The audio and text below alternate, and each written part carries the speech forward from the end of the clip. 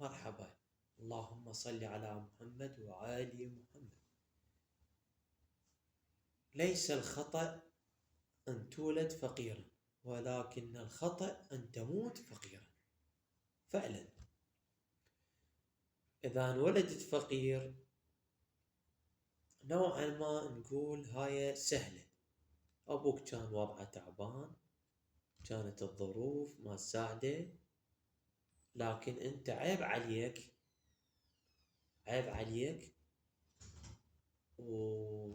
وعيب على نفسك أن أنت تموت فقير. إذا تنولد فقير ماكو إشكال، لكن عيب عليك إذا تموت فقير. يعني شلون؟ يعني لابد تأمن على نفسك، وتأمن على أطفالك، تأمن على زوجتك، على عيالك.